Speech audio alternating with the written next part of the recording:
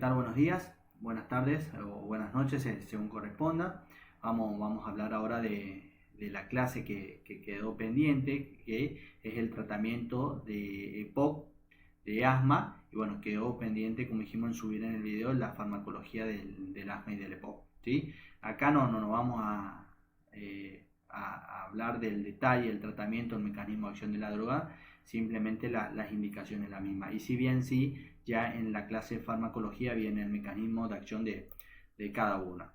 Y como siempre dijimos, vamos a hablar en esta primera parte del EPOC exacerbado.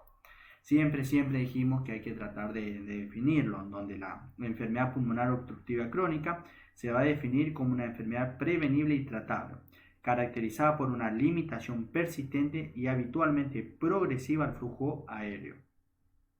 Esta enfermedad va a estar asociada a una respuesta inflamatoria normal de la vía aérea y de los pulmones a gases y a partículas nocivas.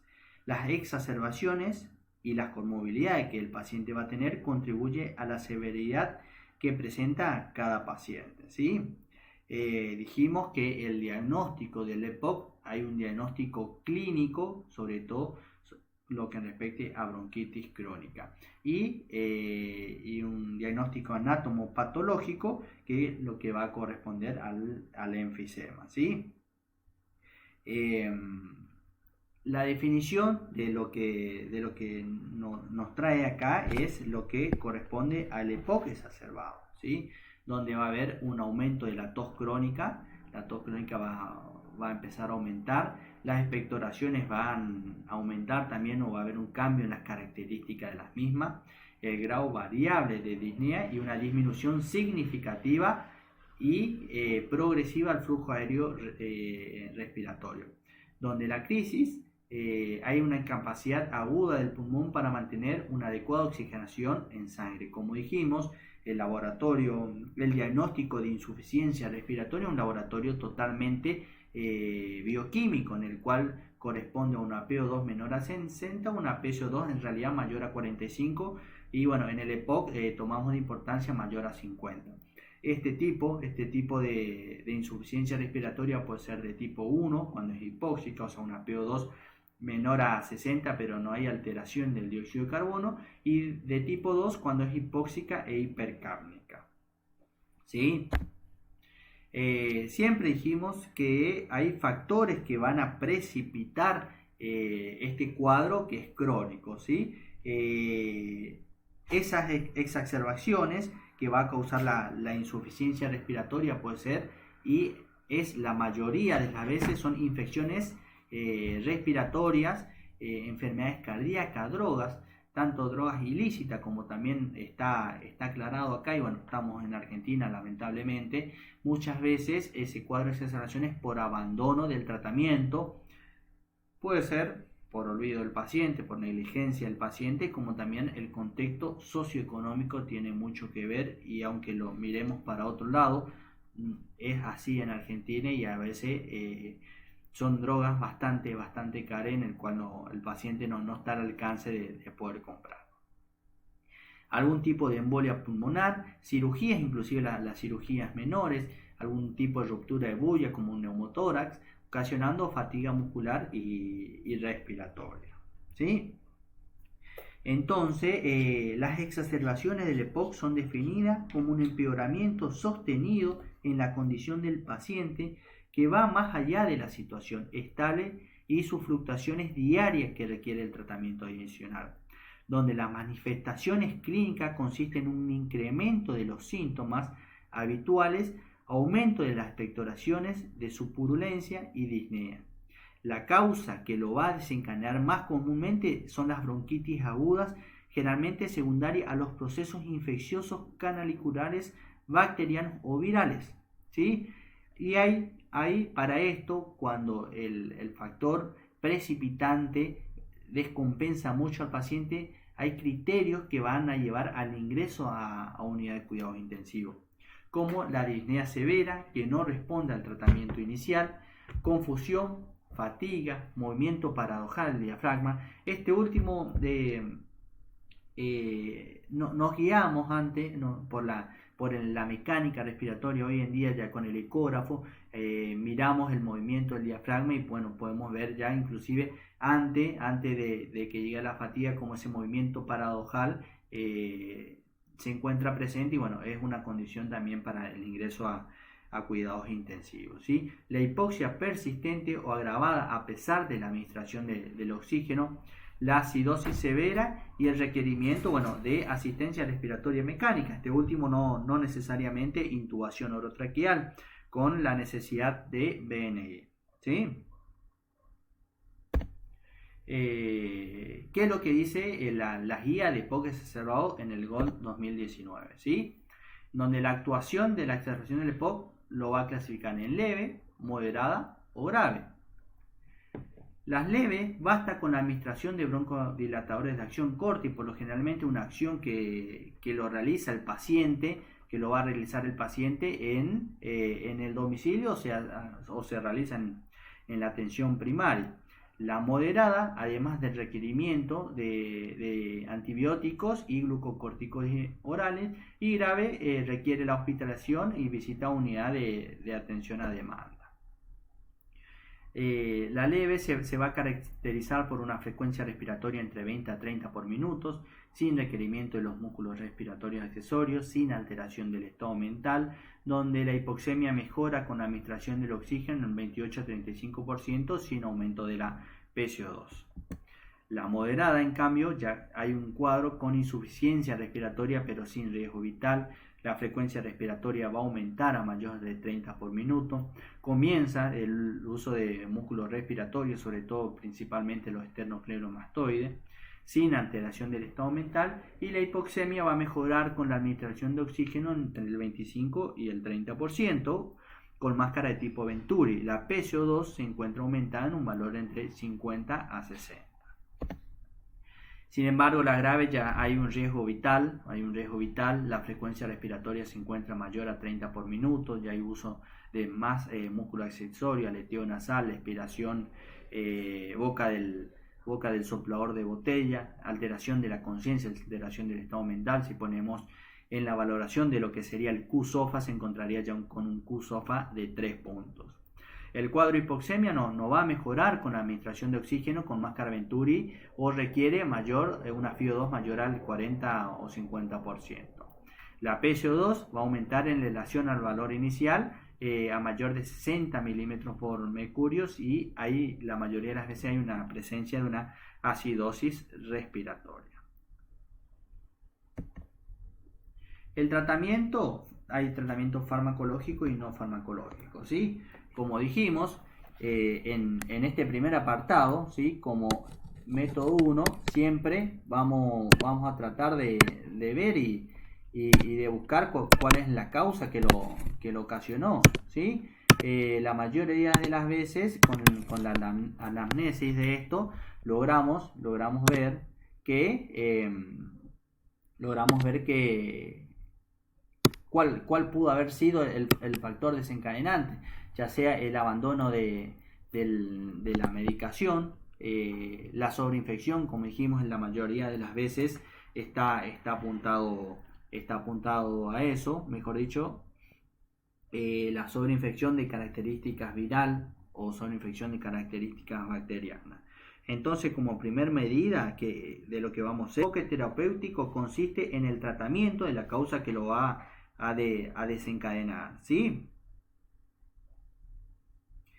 Va a consistir en tratar de combatir la hipoxemia, aliviar la obstrucción al flujo aéreo, eliminar las secreciones, evitar las complicaciones y ejercer algún tipo de cuidado de control de las funciones vitales y las alteraciones electrolíticas que tiene el paciente.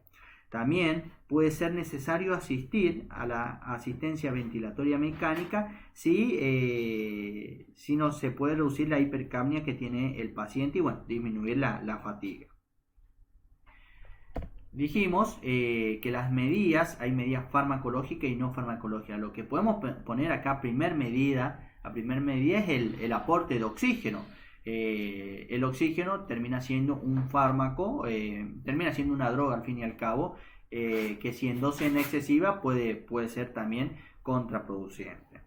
El objetivo de la administración del oxígeno de la acción terapéutica es prevenir el daño tisular hipóxico que se genera, por lo que es preciso que la hipoxemia se revierta, la hipoxemia arterial se revierta y mejorar otras causas de aporte inadecuado de oxígeno a los tejidos, como controlar el volumen minuto, controlar la volemia, controlar el hematocrito. El aporte de oxígeno está indicado cuando la PCO2, cuando la PO2 es menor a 60 milímetros de mercurio, o la saturación de oxígeno por oximetría de pulso es menor a 90, ya que por debajo de esta cifra existe un riesgo de hipoxia tisular, ¿sí? Otro punto que hay que estar aclarado acá es la utilización de los broncodilatadores beta 2 agonista, beta 2 adrenérgico, como el salbutamol y los anticolinérgicos. Los broncodilatadores inhalatorios, aun cuando en muchos de los pacientes el BEP-1 no mejora apreciablemente después de la inhalación de los broncodilatadores, siempre debe indicarse, ya que la respuesta en cada caso resulta imprescindible. Lo que va a hacer los broncodilatadores inhalatorios puede ser administrados como aerosoles dosificados, como con agregado de aerocámara, y casi siempre lo preferible, como dimos en la clase pasada, la administración de los broncodilatadores con cámara espaciadora, con las aerocámaras, es lo indicado por sobre las nebulizaciones. En este caso, el broncodilatador de elección es sin duda el salbutamol.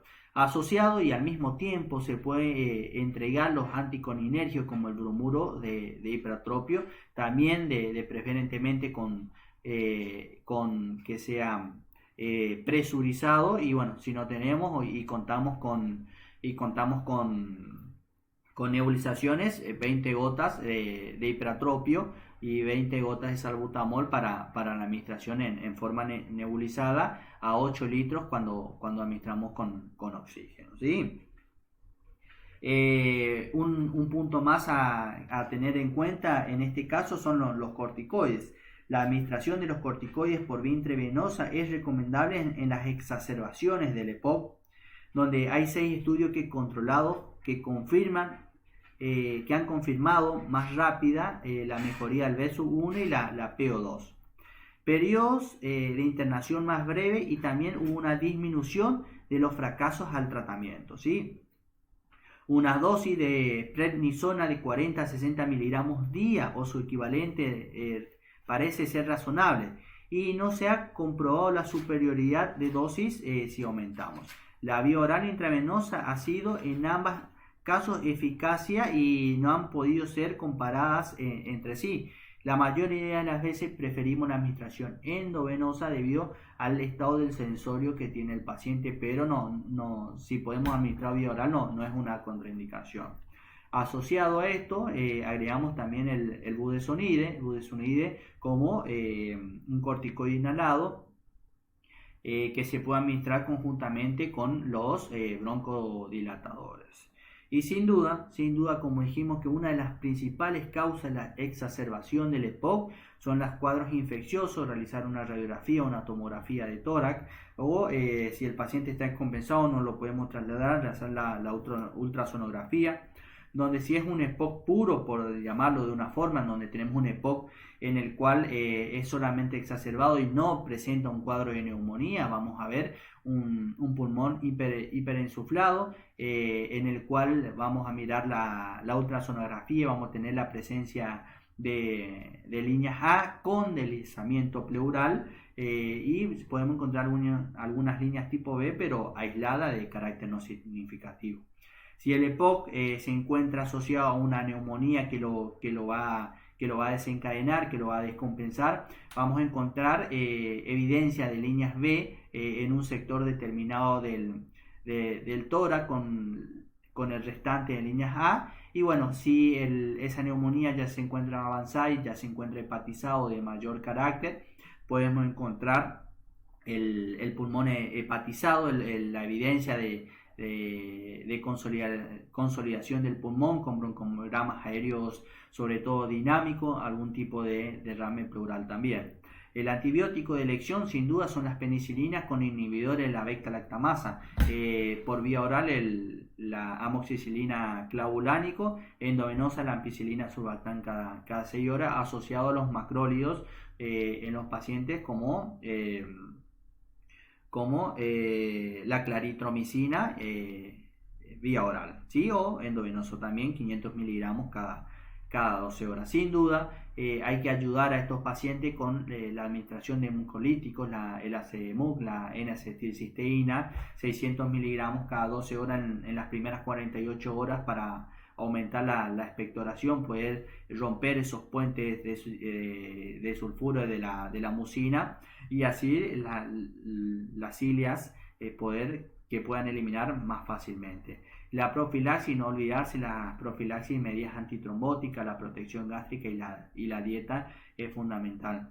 No olvidarse que muchos de estos pacientes no viene como un EPOC solo, viene asociado a pacientes hipertensos, viene asociado a pacientes con cuadros de insuficiencia cardíaca que se encuentran además con cuadros que se encuentran con medicación o son pacientes diabéticos y bueno, la asociación de glucocorticoides puede empeorar la situación, ¿sí?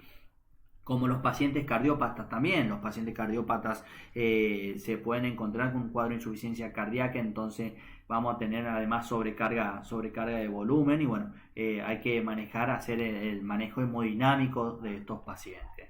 Y bueno, generalmente cuando estudiaba para la facultad, era casi una regla de segunda elección utilizar las metilsantinas, ¿sí? Hoy en día la guía de GOL 2019 ya lo clasifica como que no son útiles las metilsantinas para el tratamiento del POC agudo. Las indicaciones de ABM, ¿sí? Sobre todo la acidosis respiratoria, la disnea grave, la fatiga respiratoria y la hipoxemia persistente, ¿sí? Son indicadores de la ventilación mecánica, donde el objetivo de la ventilación en pacientes con insuficiencia respiratoria aguda es mantener el intercambio gaseoso, aliviar el trabajo de los músculos respiratorios hasta que se revierta esta situación y evitar la lesión pulmonar, sobre todo por la iatrogenia que uno puede generar. De no medir contraindicaciones, se debe comenzar preferentemente con la utilización de BNI, ¿sí? La utilización de BNI ha demostrado una tasa de éxito entre el 80 y 85%, mejorando la oxigenación, mejorando la acidosis, además de la frecuencia respiratoria y el trabajo respiratorio, ¿sí? Lo que dice la guía GOLD, lo copié casi textualmente, donde la ventilación mecánica está indicada cuando el paciente tiene un pH menor a 7,35, o sea, tiene nivel de evidencia A, un nivel de evidencia muy, muy fuerte. El uso de la ventilación no invasiva es la modalidad inicial de ventilación antes que la ventilación mecánica invasiva. ¿Por qué? No vamos a ahorrar muchas cosas, no vamos a ahorrar la sedación, la sobresedación en muchos casos, el winning que va a tener estos pacientes generalmente son winning prolongados, winning dificultoso, y el uso del bloqueante neuromuscular, la miopatía del paciente crónico, muchas cosas nos ahorramos con la ventilación no invasiva y bueno, sobre todo que el paciente en el 80% lo va a tolerar, ¿sí? Dijimos que las guías también van a respaldar el uso de corticoides sistémicos en las exacerbaciones del EPOC, donde los resultados de un gran metaanálisis respaldan el uso de estos antibióticos sistémicos o corticoides sistémicos. Y las indicaciones del antibiótico, ¿sí? Sobre todo a la utilización en primer medida de penicilinas asociadas a beta-lactámico y bueno, si es alérgico a las penicilinas, el uso de levofloxacina o minociclina. Hay que tener en cuenta acá también que estos son guías, no significa que sea y que se tiene que seguir de tal forma. Si tiene un paciente séptico, con shock séptico, donde tiene un cuadro de EPOC asociado a una neumonía grave, podemos iniciar, inclusive hay que iniciar un tratamiento de amplio espectro, como ser con piperacilina tazobactam asociado a algún tipo de macrólidos también.